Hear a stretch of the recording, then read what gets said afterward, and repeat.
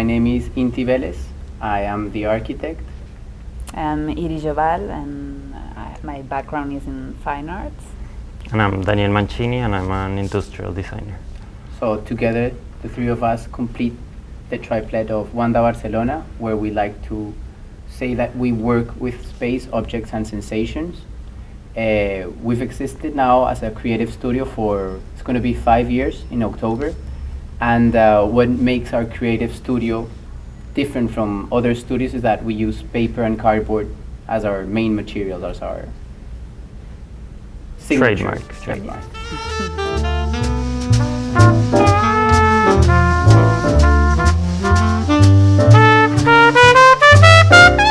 One of the most important projects for us was done last year, and it was for Peugeot, for the showroom they have in Champs-Élysées in Paris.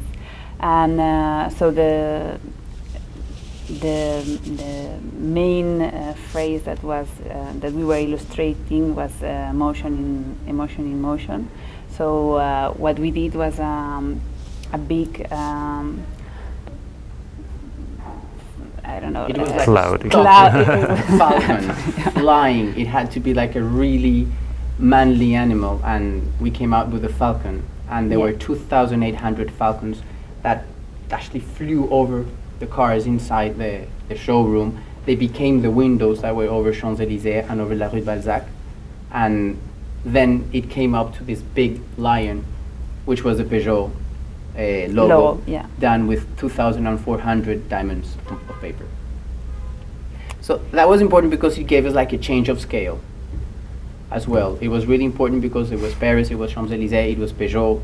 It was going to have a huge exposure, but at the same time allowed us to realize that we were capable of doing actually massive things, you know, because we're talking about like more than 500 square meters and more than 5,000 origamis. So that was good.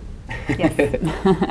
Fantastico is an installation that was commissioned to us by ISEX, which is the International Commerce Office of Spain. I don't know how you say that in English. And what happened was that last year we were invited by ICFF here in New York to give a speech, and we met a lot of people. And this year ICFF was opening a new possibilities about doing certain different things outside the fair. And together with W Hotels and Interiors from Spain, they commissioned us a sculpture that would be an homage to Spanish design. So it's called Fantastico, and it's because it's a fan. What we did was we chose our favorite designs, in classic designs and contemporary designs, and we created up lots of patterns using those pieces of furniture, and then the center of the fan is made out of those patterns, and then it explodes, and there are 6,000 little pieces of furniture flying around the fan, which creates the Fantastico. The Fantastico fan cloud.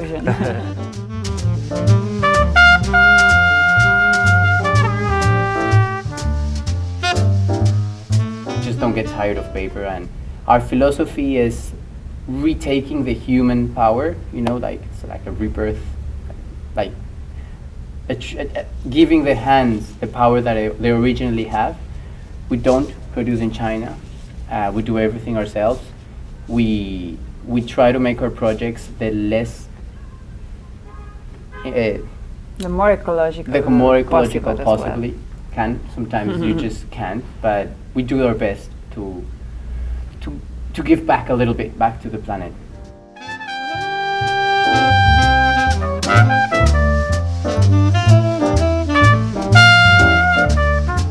For me, it's more design, because we have a final client that is asking to solve a problem, or to show a brand, or so with a specific requirements, and this makes it more of a design. But what it crosses the line sometimes, because in most of all projects we are doing, we have completely freedom of, you know, create and let fly our imagination and do whatever we want. So this is what it's a little bit confusing It's sometimes. design with a big Yeah. heart.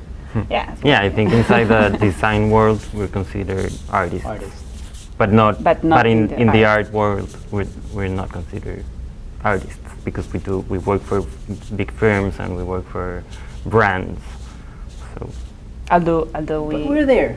we're there, and we have this project in mind as well to Yeah. start doing our own pieces and like not mixing with brands and